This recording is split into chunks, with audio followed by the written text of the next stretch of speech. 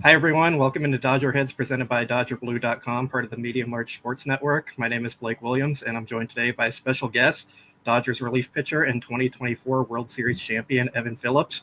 How are you doing today? I'm great. Happy to be here. Thanks for having me. Yeah, thank you for joining us. I'm excited, looking forward to this. So, do need to start out talking about Tommy John. You had that about 5 weeks ago, you were saying. So, how's that process going for you?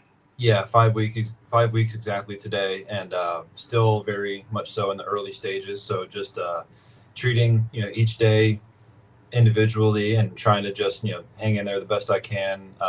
Thankfully, the pain levels have really subsided, so I'm really just in that building up phase again. Of at this point, I'm still just trying to get my extension and flexion back to a normal spot, and then the strengthening will start to increase from there. But still very low level at this point, but everything has been going well, so I'm happy with that.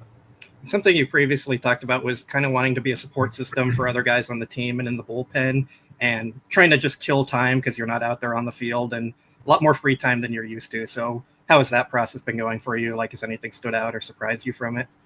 You know, um, I definitely think there's going to be days of frustration to where I feel like I'm upset that I can't be out there and supporting my teammates on the field. But what I have been able to try to do is just continue to be the teammate that I've always been in the bullpen and be a support system for those guys. And it's a different look at the game when you don't have cleats on. So trying to be a bit more broad and be able to help out guys individually with what maybe they need to hear that will help them get over the hump and get through over the course of this season. There's going to be plenty of spots and situations where hopefully I can chime in and help a guy out. So I'm looking forward to doing that, and I'm sure that might progress into more or less here and there depending on what's going on with my rehab plan and stuff like that. But it's definitely it's been good to be down there with the group. I think it's good for my head, and just to stay somewhat engaged has helped me a lot, and I hope I'm not in the way too much down there. Yeah. So, going back to the start of your career, like, when did you first start playing baseball and when did it kind of become a goal that you wanted to play professionally? Man, this is an interesting way to get into it. I've been throwing the ball around, hitting the ball around since I could walk. So my 2-year-old son is basically picking up right where I did. But obviously at this stage it's very low level stuff, and I think I got into t-ball around 4, age 5, stuff like that. But what's fascinating to me is I never really thought about Major League Baseball. I just loved it. I just loved playing, and that came with opportunities in high school and showcase baseball and eventually college baseball and pro ball. But to me, it was just another step along the way to, chasing my passion and chasing my ultimate dream of becoming a World Series champion. And, getting there last year and being a big part of what got us there, but ultimately not being able to compete in that World Series was obviously difficult. But I mean, what a way to kind of come full circle. Across my entire life, I've rarely looked back and thought on it like this, but just to continue to chase my passion, I think that was my mindset. When I wasn't able to participate last year, it's my mindset right now while I'm out this year. So as long as I love baseball like I do, I'm going to keep going. So hopefully that means a good thing for me and the Dodgers down the road. So, you were drafted out of high school and you ended up not signing. When I talked to Anthony Bonda, he had a similar story. He said when he was first drafted, he thought it was to the military because he didn't even think like baseball was a thought in his mind that he could go pro.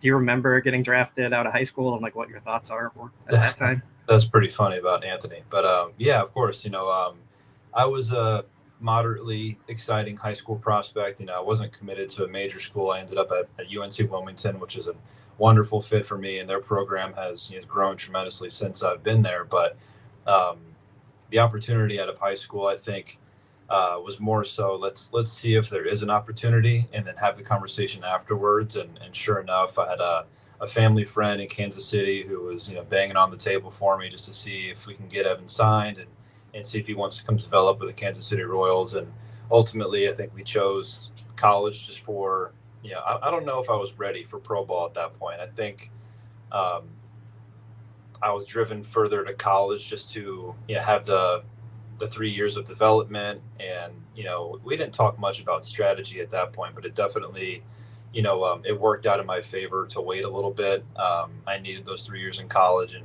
it's hard to have that front of mind when you're a high school kid. But I think I had a lot of advice coming in. My advisor, parents were all very helpful. My college coaches were helpful. So going into Wilmington was definitely the right decision at that time. Yeah, and it worked out for you. You went from the 33rd round to the 17th round, I believe. Like, Yeah. what was the biggest thing you learned in college that kind of prepared you for going to the next level? Well, college wasn't, a nice and easy process for me either. I had an immense amount of talent. What's interesting is right after the draft, I made the decision to go to school. That first fall at UNCW, my velocity increased by like 4 miles an hour. So who knows what could have changed there if I would have signed or not. But I always had the stuff, and I think my college coaches would probably agree that the talent was never the question. I had to learn how to face better hitters, and it took me a long time to realize that's what I was lacking. But I went from just being the best pitcher on the field in high school, and even in some showcase tournaments, I could just eventually outdo the batter. And then in college, I was finally faced with some adversity at the plate where guys had better plate discipline. They weren't just swinging at everything. They had seen stuff like mine before. So I wasn't necessarily wild, but I walked a lot of guys just from pitching around the edges of the plate a little bit. And it took me all the way into my junior year to figure out how to attack the center of the plate with some conviction and just trust that my fastball slider combo at that time was going to be good enough.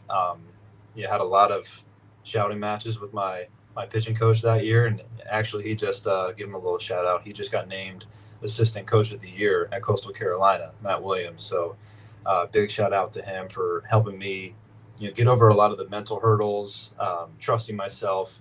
It took us a long time to get there, but eventually we did, and that kind of shot me into pro ball, and definitely laid the groundwork for who I am today. Yeah, so hearing that perspective from you is kind of like mind blowing to me. And like the average person, you say you were like the best pitcher on your team pretty much for your entire life, kind of thing. But you also needed to go learn how to actually pitch against better players, and like that level, the competition jump, it's just like kind of mind blowing. I don't think a lot of fans realize just how good the talent levels actually are once you start getting into higher levels. Well, the funny thing is, it happened to me again. I went from being good enough in the minor leagues, and then when I get called up to the big leagues, it certainly wasn't easy. And that adjustment, in the same kind of way, was really challenging. It took me a lot of time to get through that as well. Yeah. So you were drafted by the Braves then, and you ended up signing. How was your minor league experience there, and then up until you made your major league debut? I really enjoyed my time in the minor leagues with the Braves. It was close to home. My first season with affiliate ball was in Danville, Virginia, which was only about 2 hours from where I grew up. So it was easy. It was comfortable. The competition was, I could see that this was a lot of, like-minded players with an equal amount of talent and stuff like that. I remember I made my professional debut, and our shortstop made some crazy play in the hole and just put it like 95 across the field and put it right on the money at first base. And I was like, oh, this is what pro ball is going to be like. Okay. So there was a lot of moments like that along the way. Played alongside a lot of great players that helped. We all kind of developed at the same time, and a lot of great coaches. I really enjoyed my time there. And what do you remember about like actually making your MLB debut, your feelings, who you struck out? I think you allowed a homer in that game. Yeah, well, my debut was about 10 days after I had initially been called up. So I had some time to marinate on it a little bit. My first call up, I think, was June. I got called up June 23rd, didn't pitch, and then I was super eager. I showed up to the field very early the next day to, be a big leaguer and do all this and that. And sure enough, I got called into the skipper's office, and I was like, okay, cool. We're going to get to talk about, what the expectations are and stuff. And I was getting sent down, and I had no idea. I was so naive to how, the roster shuffle works there, especially for bullpen guys. And, I felt the effects of that more over the course of my career as well. But my major league debut, it was kind of just a whirlwind of emotions. You travel in to meet up with the team. You show up at the hotel. It's the first big league hotel I'm staying in Manhattan, New York City. It's a big deal, right? So a lot of emotions going through there. But what I think is fascinating is it wasn't the 50,000 people in Yankee Stadium that got to me. It was more so just the anticipation. I just wanted it to happen. I just wanted the game to start. Um, I always describe it to people. The second I take the rubber, like for better or worse, it's like the easiest thing I've ever done in my life. Like throwing a ball, pitching specifically, I've been doing it longer than I've been doing anything else. So I was really able to kind of floor the adrenaline and just go out there and be myself. And the outing went good to not so good. It was okay. Gave up a Yankee Stadium home run to Giancarlo Stanton, like you mentioned, but um, I feel like I kept our team in it a little bit. And something that I always remember about my debut is when I came in from the bottom of the eighth inning, the Yankees pitcher that came in for the top of the ninth was Aroldis Chapman. So I had this moment where I was in the dugout looking out, thinking to myself, man, I was just standing right there, and here's this future Hall of Famer taking the mound right behind me, and I thought that was super cool. Yeah, you remember your first strikeout? Yeah, first strikeout was Kyle Higashioka, fastball away, got him looking. Happy to see that he's hanging around the big leagues, having a good career, because that makes me feel better about my first strikeout. It wasn't like it was Mike Trout or anything, but still a good one to have. Yeah, I mean, it's a good long-time major leaguer. So yeah, exactly. It's a nice one. Keep going, Kyle. So then your mindset on the mound, like you're probably one of the nicer guys in the clubhouse. I think most people would say that who have interacted with you.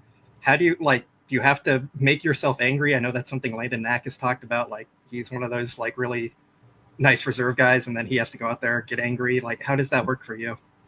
I'm not like a high intensity guy on the mound. Like I don't get verbally or visually angry, that kind of thing. I think my focus comes from a different place. I feel like if I'm prepared and confident, convicted in what I'm doing, then I've learned that the hitter doesn't have a chance. So that's my goal each and every day, is to come in and make sure that I'm prepared.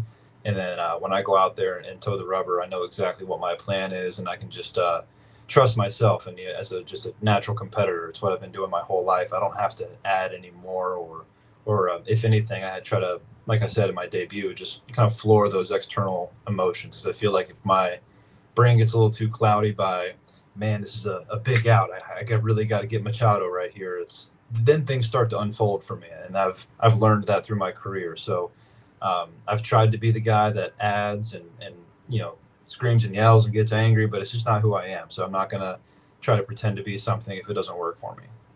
Somewhat kind of related to that, your Honey Bun nickname, are you still going with that? And for the people who haven't heard it, can you give a little insight into that one? It's definitely not as common, or maybe sticky is the better word, as it was when I was in college. But I got the nickname in college, and to this day, I mean, my best friends from school always just call me Honey Bun or Bun. It's a thing, but there's not a whole lot behind it. It was my freshman year, fall, so new to campus, new to the team.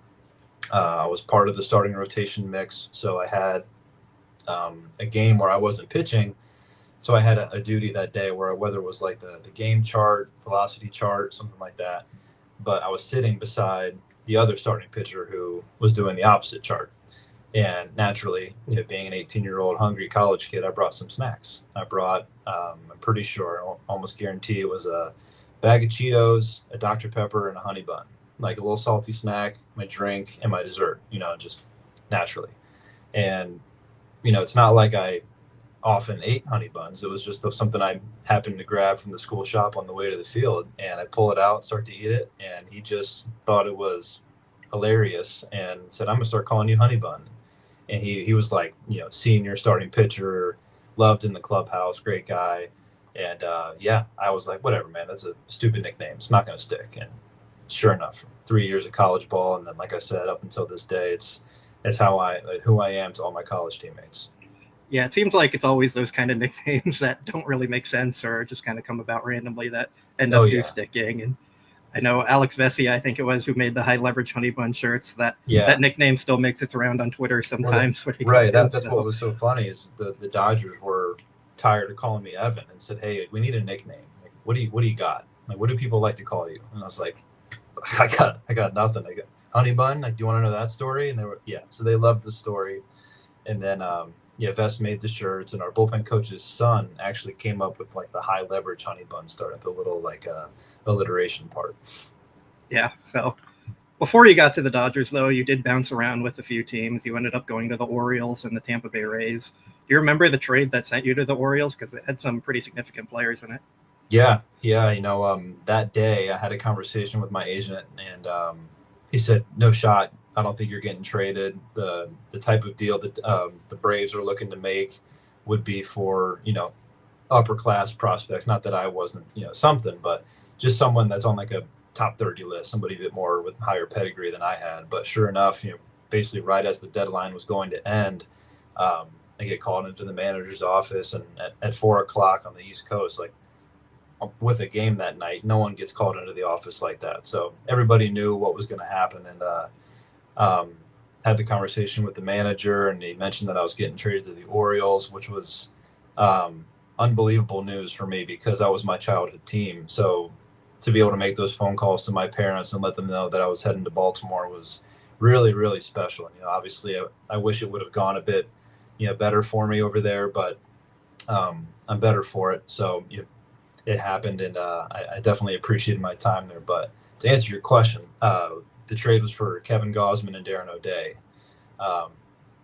What's crazy to me is that for Gausman, it didn't go so well in Atlanta either. He ended up being, I think, non-tendered maybe that offseason or the next. But to see him kind of flourish now, it's been a lot of fun to watch, and to always look back and think to myself that I was traded for this all-star caliber starting pitcher was definitely special.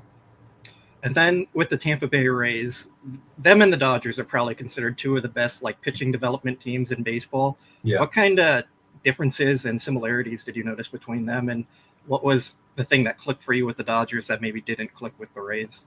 I think the Rays, I always like to refer to them as like Dodgers light. I think they pull from a lot of the same things that the Dodgers do, and I think for better or worse, I think there's some give and take on that on each side, because obviously they're a successful major league team. But I think for me specifically, the Dodgers just saw my slider as more of the primary weapon, and Tampa really liked me they wanted me to bounce pitches around and kind of be unpredictable and throw everything and try to be as nasty as I could while throwing strikes.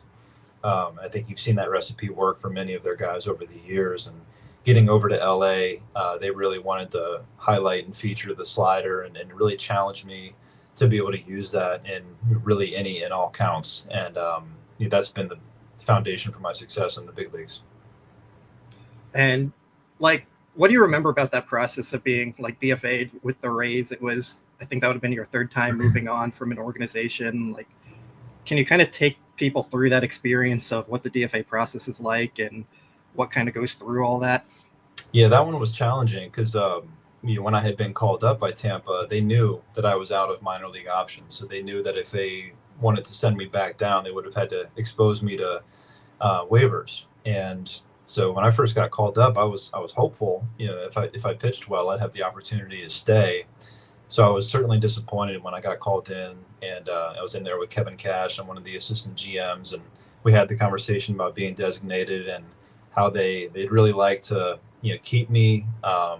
So when I got back to Durham, just keep doing my thing. Had that whole kind of conversation, and I would have had the option to elect free agency if I got there. That's where the Dodgers obviously came in and scooped me up. But so I flew home, and I flew actually to Raleigh, North Carolina at that time. I was playing in Durham. I was able to pop back and forth and see my family some. So I had kind of expected to land back in Durham. So going back home was actually a pretty smart decision at the time. But a couple days go by, talking to my agent, just kind of waiting to hear. And this process, the waiver process, can go really fast for some guys, or it can go really slow for others. So it's kind of a mystery.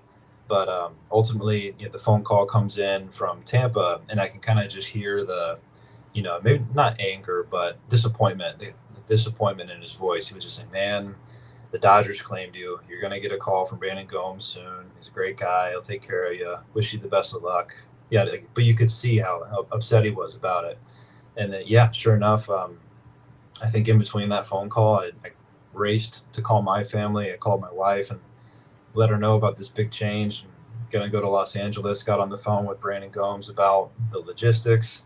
I think I probably got the phone call around 3 or 4 in the afternoon in Raleigh, and he said, "Can you get on a plane to LA tonight?" I said, "Yeah, sure, I guess so." So I got home and just shuffled my bags around a little bit, packed a suitcase with my baseball bag, and yeah, that's what I took out to Los Angeles with me for the last month of the season. But my wife was able to meet me out there the next day and started the journey.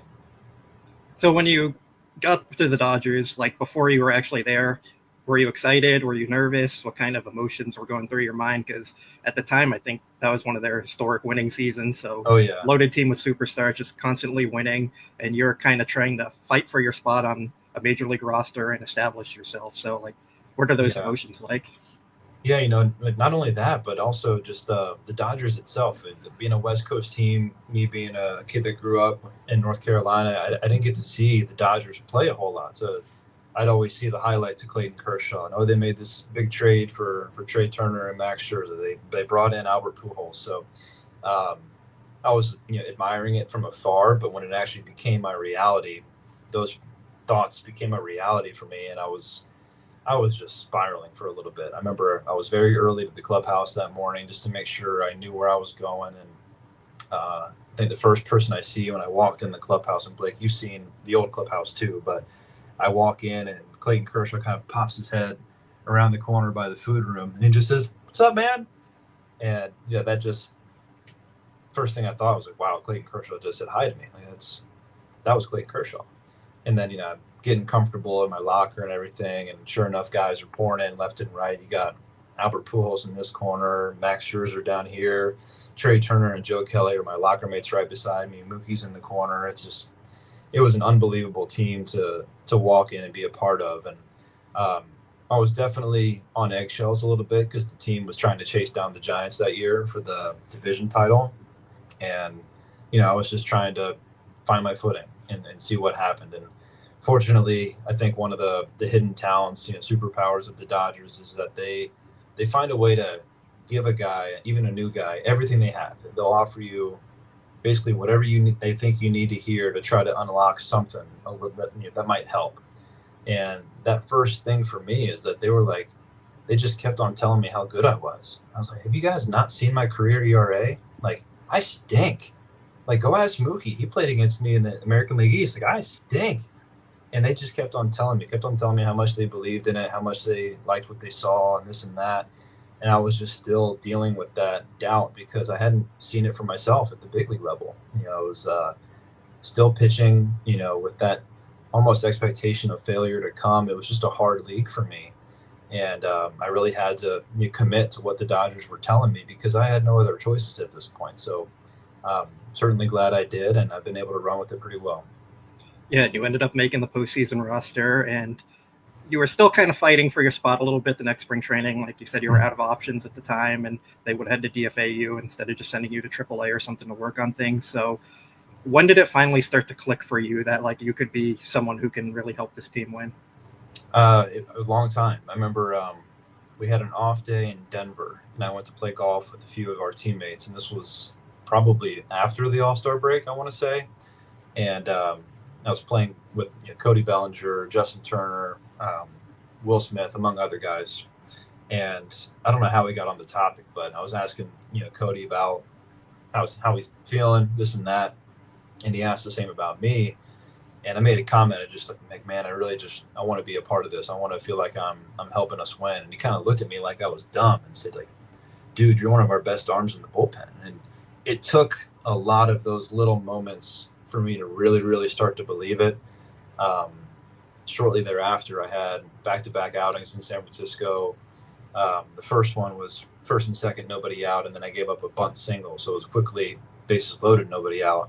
I got out of it, no runs scored. And then I did the same exact thing the next night, bases loaded, nobody out, and I got out of it with no runs scored. And I really I don't know why that moment, I get chills thinking about it because it finally felt like I helped.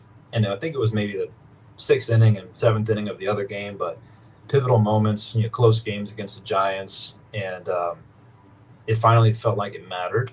And then the leverage appearances just started to gradually build up from there, and that's when I started to really feel like I was helping. But even those blowout games early on when I'd pitch sparingly, I knew it was important for the Dodgers. I just knew me getting these outs and saving Joe Kelly, Corey Knievel, Kenley, Blake Trinan, Vesia, all these names down there that were pulling the heavyweight. If I can do my job, it makes those other guys' jobs a lot easier when they need to go out there and get it done. So I was very fortunate to have my process go, kind of slowly. Um, we're watching guys like Vanda last year, Jack Dreyer, and Ben Kasperius this year. We're kind of just throwing them out there to the wolves and saying, "Hey, we trust you. You can do it.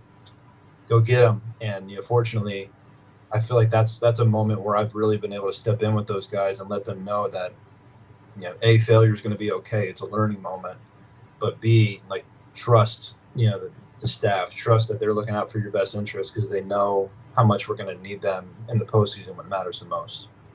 Yeah, you kind of point out the failure being okay there. I mean, baseball is a game of failure, and as we sit here recording, the Dodgers are on a 6-game losing streak.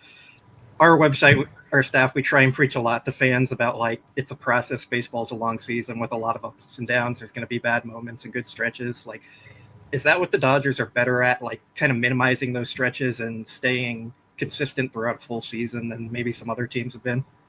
Yeah, and I think the word you used right there, consistency for us doesn't always equate to what the box score says. I think our guys are really focused on the day in day out work and chipping away at what's going to make us the best team when it matters the most, while also we're still in first place.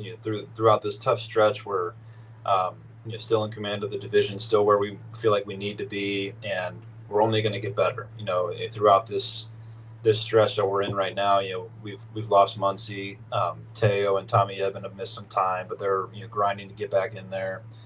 Glass now is making his first start back. Kirsch is still building up. Shohei's still building up. There's so many good things to look forward to.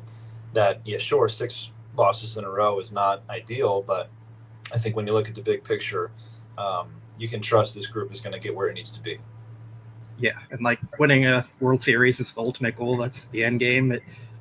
The team went on a 5-game losing streak last year, still ended up winning the World Series, went into the All-Star break playing 4-8. This year, 3-6 right now, heading into the All-Star break with 3 more games. Like, it is such a grind, and the season can get so long and difficult. How do you kind of like cope with that long season from a mental standpoint and I guess a physical standpoint? Yeah, it's really challenging. I think you just try to break it up as best as you can. I got to feel like our guys they see the horizon, they see the All-Star break right around the corner, and they know they can get a handful of days off and try to reset. So we did the same thing last year. We kind of limped into the finish line at the All-Star break, but sometimes the guys need it. You can't give a guy an off day every single time when they need it. So, that break's going to do great things for us, and it's going to give us a bit of a reset button. Guys are going to come back feeling refreshed, and ideally we get started in the second half on the right foot. But I think there's just so many ups and downs throughout all 162, and we've even felt it in the postseason some. And unfortunately, you can't really handle too many downs in the postseason. But last year, going down 2-1 in San Diego in the division series and getting swept the year before after having a great season, and it's challenging for everybody. So I think we just try our best to. I think that's why this mentality of chip away at you becoming the best version of yourself, and take these losses as a good thing, and try to build up to be our best version when it matters most. Like, that's where all this comes from, because we know how important it is to be good at the right time. And then, so going back to the 2023 season, that was probably a pretty big one for you. You became a father early on in the year, and you were the team's closer that year. So starting with like the closer role, was that like really exciting for you to get to be in that role? I know you always say like you're willing to do whatever for the team and helping them win in any way you can, but like being the closer is also something probably most relievers do want at some point.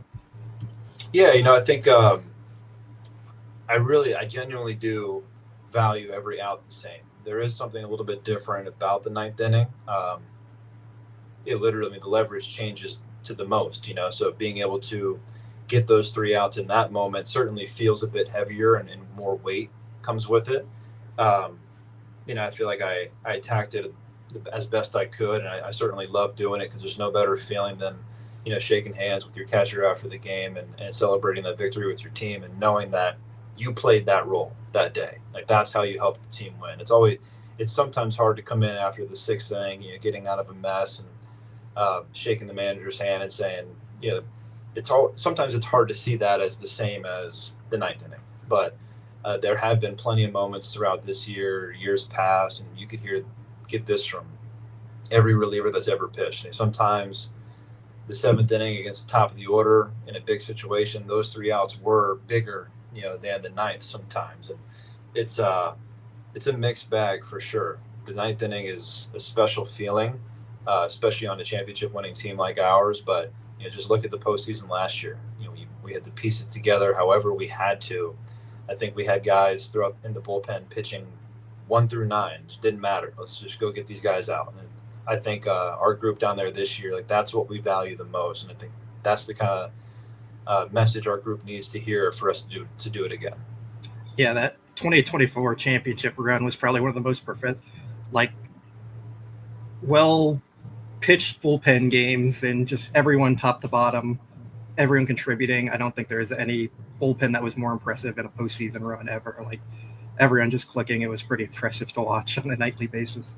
Yeah, and each guy we were just pulling for each other so hard, and from the first inning on, we had multiple bullpen games where we had to do it piece by piece, and the staff does a great job of laying out the groundwork for what they think it might look like, and our job is just to stay ready. The bullpen, when the phone rings, it's not always predictable. You don't always know which guy it's going to be, and I think Doc does a good job of giving us an idea, but also the challenge is for us to stay ready. And ultimately that's our job as a relief pitcher. We go in when we're called. So that mindset was really fun for us to commit to in the postseason. Does it help a bit that the fireman role and high leverage in any inning has kind of become more valued throughout baseball, whereas typically it was just closers that were mainly getting paid, but now the industry has kind of evolved to see all these relievers are valuable from the 5th to the 9th inning? Yeah, without a doubt. I think, we're doing it with Tanner right now. I think especially while we're waiting on some pieces to get back in the bullpen, Tanner's coming in and getting outs when it matters most. And that's what you pay a guy to do. And I think that makes a lot of sense. But that role across baseball is definitely starting to get valued a lot more. And it's always been valued, I know, but I think you see the dollars that come with it now. Makes a lot of sense. You look at a guy like Kirby Yates too. We had just signed Tanner, and then Kirby comes in and says, "Yes, I want to come in here and get valuable outs." Blake, we bring back Blake on a multi-year deal because he wants to come back in and get valuable outs. And I think that messaging means so much for our team. And I think Major League Baseball is starting to catch up too. And then the other part of your 2023 becoming a father, your son, Bo, how did that kind of change your outlook on playing baseball? And look, I know Dave Roberts has talked about seeing all you guys grow up as fathers kind of thing and developing that off the field. And other guys have said it helps keep them a little more focused. It reminds them baseball isn't the most important thing in their life. So maybe they can kind of brush off a bad game a little easier. How did that kind of change your mindset in life? Yeah, it's definitely nice to come home to basically a separate identity. I can come home and just be a husband and a dad and really dig into that. And I had similar feelings when I got married. The first season after I got married was 2021, where I ended up getting released by Baltimore and, ultimately got here. But that year I had really been able to dig in a bit more with my relationship with my wife and value that just as much as I valued baseball, because like I said at the beginning, I love this game. I'm very passionate about my work, and sometimes I can get a little caught up in it. So having almost a forced separation of that with my marriage and now my son, it's really been helpful for my brain and how I can manage the course of a season. It's a really long year. There's plenty of ups and downs, but to know that my foundation here at home is sound, and just love raising a little kid, and he's just been an absolute blast.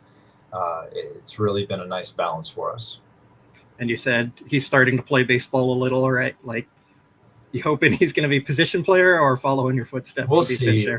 We'll see what he wants to do. He's still just way too young to even know what he likes versus what he doesn't. But right now, he really likes to grab his little toy baseball bat and thwack the ball around. He just goes around the front yard all day yelling "thwack, big hit."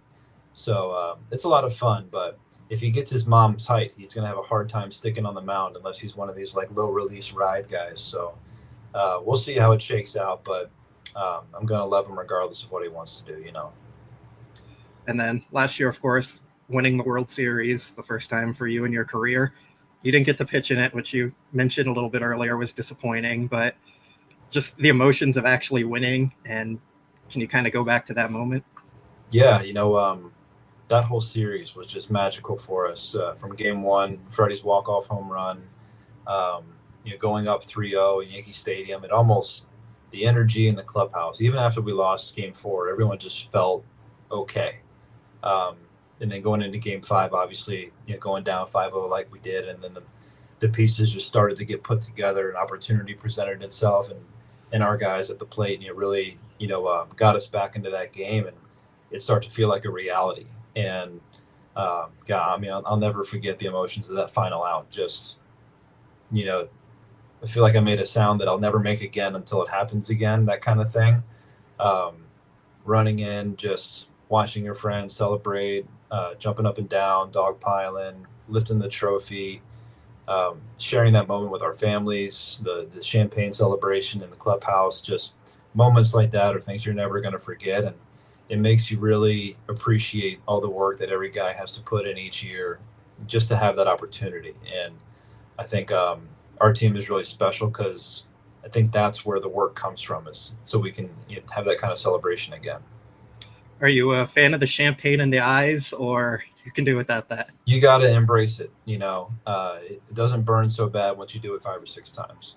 So across the course of our pennant winning championships, division series, clinching the division, you get used to it a little bit. Goggles are for sissies. Yeah. The thing that shocked me, like when I walked into the clubhouse after the NLCS, the celebration for the first time, the smell caught me so off guard because I just never thought about that or expected it, but it's such a strong smell. Well, I guess I should have thought. We put up those tarps, to like kind of protect it. But what it does, it incubates everything. It just keeps all of that air right in a bubble, and that's what gets really unfriendly. And then all the liquid on the floor, like the carpet, isn't absorbing it quick enough, so you're kind of walking around in a little puddle. But absolutely, it's a crazy experience in there. Even that's for sure. It's just media being in there, like seeing it all, like it's a crazy memory to have. Yeah, but definitely. I think a lot of people don't realize after the World Series, everyone pretty much went out onto the field to kind of hang out and celebrate with their families. And you mentioned it a little, but how special is that for you just to be with your family after it all? Yeah. My wife has been with me every step of the way in the big leagues. We met just a month or so before I got called up for the first time, and she's been by my side through every step. So the win felt just as much of a celebration for us as a couple and our relationship with baseball, as it did with the rest of the team. So to be able to have that moment with her out there as well, and the kind of memories we're going to have, and we picked up some what you call it, not ribbon, confetti to take home, just little mementos that we'll never forget. That way we can share these stories with our kids and friends someday, and have stuff to display around the house and make sure these memories stick. Did you get a chance to watch the Apple documentary on it, or saving that? I actually haven't seen the Apple documentary yet, but it's on the list for sure. I just think the way I've heard people frame it is like you have your visualization of it, that watching it again, it just feels like, yeah, I know what happened. I don't need to see it again. I know what happened. I was there. So it's definitely cool to watch those folks come in and tracking all that last year. That was certainly fascinating to see, and following Freddie and what he had to go through each day was definitely great for TV, I bet. Yeah. So now we're kind of back up at this point. We talked about your Tommy John a little bit and what that holds next, but have you kind of thought a little bit more about your future, related to staying with the team or anything, how it affects the business side of things? Not too much. I think there's really not a whole lot in my hands with it. So from conversations I've had with my agent, it's just, the same process will come about in November like it does every year, where The team will make a decision. Hopefully, I personally feel confident that I'll be back with the Dodgers next year. It's certainly, an expectation of mine, but it doesn't necessarily make it a reality either. So we'll see. My only focus right now is on my elbow and getting back healthy. Um, and there's many steps along that way. So we'll see how the rest of the season unfolds with my recovery and see if that can help boost something one way or the other. But um, we definitely feel like that, cleaning up my elbow and um, resetting a little bit with it, and keeping it healthy will not only allow me to pitch next year, but hopefully, for years to come. I look at some of my teammates in the past, and like Kirby Yates, Daniel Hudson, pitching close to 40 years old. I turned 30 last year, so hopefully I have quite a bit of runway ahead of me and a lot more success. And somewhat related to that, have you ever thought about life after baseball? Like, would you want to go into a media role or coaching, or just any thoughts on that? I've thought about it here and there, but not really in a very serious capacity. But baseball is my number one love and passion. I feel like it's what I'm best at too. So it only feels right to try to stay involved in the game when I'm done playing. I just have no idea what that's going to look like yet.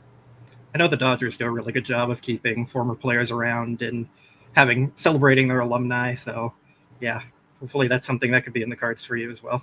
Yeah, never know. We'll see. We'll see what happens down the road. And so, a little outside of baseball now. If you didn't play baseball, what do you think you would be? What would you be doing? What do you think? What would you want to be doing? It's a tough question to ask after I just told you baseball's all I've ever had. That's why it's a good one. I really don't know. I know when I was looking at colleges, I was really interested in going to schools that had an architecture program. I liked to draw as a kid, but oddly enough, I just drew baseball fields over and over. So I was interested in like stadium design, like recreation facilities, like multi-purpose facilities, stuff like that. And I think there is an element of that kind of rolls into kind of like community aspect of sport and getting involved in my area wherever I land, post baseball, trying to have a positive impact in my community in relation to how sports can be part of that. And then favorite teammate, is it Tanner Scott? I guess it is this year. Yeah, having Tanner back is great for our families. Our wives are close. He was in my wedding, and we met his wife very early on in their relationship too. So we feel super comfortable with them around and sharing the bullpen together. And in moments like now, where we're both successful major league pitchers, it's certainly a lot different than our time in Baltimore. But it's been great to watch his success over the years, and to finally have him on our side is certainly great. How about other than Tanner? Other than Tanner, I've grown close with a lot of guys, like Blake Trinan comes to mind, Will Smith, but I got to give Catboy some love. Tony Gonsolin and I have always been close friends ever since I came over to the Dodgers, and he's kind of an oddball, but so am I. So we've found a friendship, and we roomed together a couple springs ago, and got to know each other a bit better too. So it's been a lot of fun to have that friendship with him. Are you a cat person or just him? I'm indifferent. I'm not a cat person, but sometimes I feel like you get knocked for that. So I certainly love dogs. I just I don't personally have a dog or a cat right now. My wife is probably going to scream up from downstairs saying we need to get a dog, but eventually we will definitely get a dog. But I would also love to get a cat someday. What about some of your hobbies outside of baseball? I know you're play the Nintendo Switch on road trips and stuff, mainly MLB The Show. What else is there? I haven't really been playing a lot of video games lately. Just now that my son is up and moving around and cruising, it's just a lot more fun to be up with him. So being a dad is number one for sure. I really enjoy to play golf, but it's going to be a while until I can do that again. Something I really like to do that I don't do enough is read. I was like a big Harry Potter nerd growing up, so I loved all the fantasy books, and now you see a lot of TV shows like Game of Thrones. I was obviously a huge fan, but there's a lot of books out there that I've started, but I don't do a good job of keeping up with. So I really would like to get back into that a bit more. I don't know if I'm asking this correctly, but people will get mad at me if I don't. What is your Harry Potter house? Oh, I took the quiz, and it's actually Hufflepuff, but I think there's some stigma around like the Harry Potter house, like which one's best and which one's not, but I'll ride with Hufflepuff. I don't mind. All right. What are some of your favorite movies? I'm not a big movie guy either. I did finally watch one recently, and I'm still waiting to watch the sequel because usually I watch movies on flights, but I haven't really been on a lot of flights lately. The Accountant was really good. I really enjoyed that movie, but outside of that, my wife and I are like Pixar nerds. Like our favorite thing to do before like we fall asleep is throw on like Monsters Inc. or Inside Out and just like let the silly like goofy characters like cast us off to sleep because it's really relaxed and laid back, but I can't wait to watch those with my son for sure. What's your favorite Pixar movie? Probably Monsters Inc. But what's funny is we probably watch Monsters University more. I don't know, something about it. I think the scare games are like sillier and it's like just good background noise, but I think Monsters Inc. is my favorite. Have you made it to Disneyland to go on the Monsters Inc. ride before they're closing it down? No way. Okay, Yeah, I think in like a year or two. We took my son to Disneyland last year, but he wasn't even walking yet. So we basically just went to like find Mickey Mouse and Goofy, and then went home because he had to take a nap. Like that's what 1-year-old kids do. But the plan was to go back at some point this year. So now that I know the ride's ending, I got to get down there. And how about the Harry Potter World at Universal? I have done Harry Potter World. They don't have one. They do have one here in LA, right? Yeah. I've been to the one in Orlando. So back when the spring training for the Braves was in at Disney, it was really convenient to pop over to Universal, and I went over to Harry Potter World there a couple times.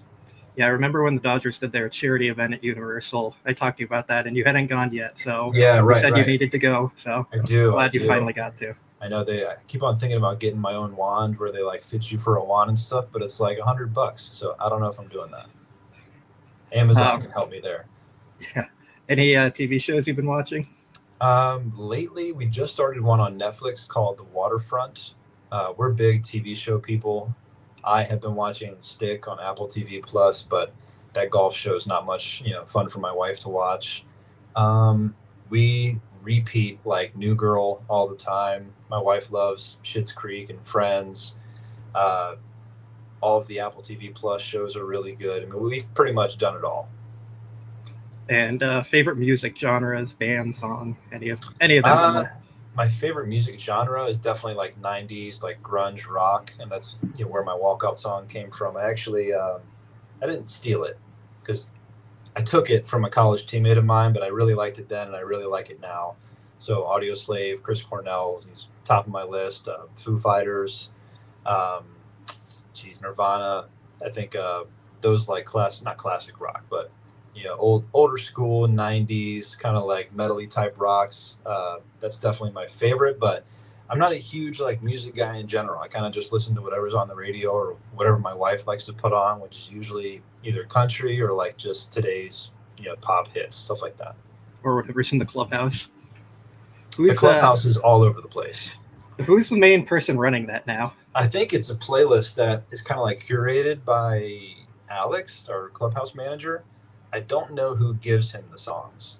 I would bet if Miggy Rowe likes a song, he says, "Hey, Alex, let's play this one." But I remember seeing like Jay Hay will go up to it and kind of adjust the playlist based on what he wanted to listen to. I've seen Miggy Rowe do it, Mookie do it. So kind of just depends on who's in there. And you've talked a lot about golf. How would you rate your golf game? Out of 10, probably like a 4. 1 being like embarrassing, 5 being like you're okay. So maybe between 4 and 6, depending on how much I'm playing. 10 being Will Smith, I'm like 4 and 6. Yeah, I fairly recently got into golf, and it's a really difficult sport. It looks kind of easy, but it is so frustrating sometimes. No, it's a hard sport to just pick up and go out and play and expect success. So I like to go and just walk, and I just enjoy the creativity of the shot. It kind of reminds me of pitching sometimes, where I can manipulate a golf shot like it can manipulate a pitch. Sometimes you throw a great pitch and it gets whacked for a home run. Sometimes you take a great golf swing and it bounces off a rock and goes in the water. So there's some parallels there as to why I like it. But hopefully at some point I'll be able to get back out there and like walking with my brother-in-law back home is something I'm looking forward to. Is I'll watch him play 9 holes in the morning, that kind of thing. But like I said, I'm on the shelf for a little bit, so it'll be a while till I can play again, but I can still appreciate it in little ways. And for some reason on our show, we always end up talking about food at the end because that's what people ask us. So we have one question I'll save here, and then I'll start with like, what's your favorite pregame meal, and Okay. what's your favorite just meal in general? Pre-game meal, some sort of like lean protein. That way I don't feel like too full, but our chefs do an amazing job with just like a solid chicken breast with some good veggies. I like to get a bowl of fruit in me. It's really, really good food in there. So typically whatever they have that day is okay with me. And then like other meal, just outside cheat meal kind of thing. Pizza. Yeah, because pizza, you can do it 10 different ways, more than that. You can do it however you want it. So my wife and I, like anytime we don't know, we're like, oh gosh, we haven't planned anything for dinner. We forgot to go to the grocery store. We look at each other, pizza? Like, yep, okay. So that's an easy answer. Any good local spots? Have you found a spot that you always just go back to? There's been a couple. There used to be one up in Studio City that I really liked. I can't remember the name of it. In the South Bay, we've done there's a place called Beach Pizza that it literally feels like beachy pizza, like something you would just take to the sand and munch on at the beach. That one was really good. And then something a little bit further down, there's a place called Red and Louie's in Hermosa Beach. We've done takeout from there a few times, and they have some really good, like fresh coal-fired pizza. And then this is the question we kind of ask everyone, and it's somewhat related to the honey bun stuff, I guess. If you were going on a road trip and you could pick three things, a drink, a snack, which could be like something salty, whatever you want to consider that, and then like some kind of dessert, what would be your go-tos? I'm going to surprise you. I'm going to say coffee. So if it's a morning trip, like hot coffee. If it's like a afternoon, like midday trip, do like a cold brew. And I really do like a pastry with coffee. I haven't been having as many of them because I'm not playing as much, so I can't burn the calories as easy. But like a blueberry muffin would be a smash. Other than that, I can't really think of another snack. 'Cause if I'm doing a coffee, I got to have like the sweet, But donuts are definitely like my kryptonite too. So we have a place called like Sidecar Donuts. I think there's one in I can't remember if it's like West Hollywood or Beverly Hills. Really, really good donuts. Those are like addicting, but you got to be careful with those. All right. Well, that's everything I had today. Thank you for coming on. I'm sure all the fans appreciate it and are going to enjoy listening to you talk about your career a bit and off the field stuff. So, yeah, I appreciate it a lot, and thank you. Absolutely. It was long overdue, so I was happy I could get on with you. Yeah, appreciate it. Thank you. Absolutely. See you.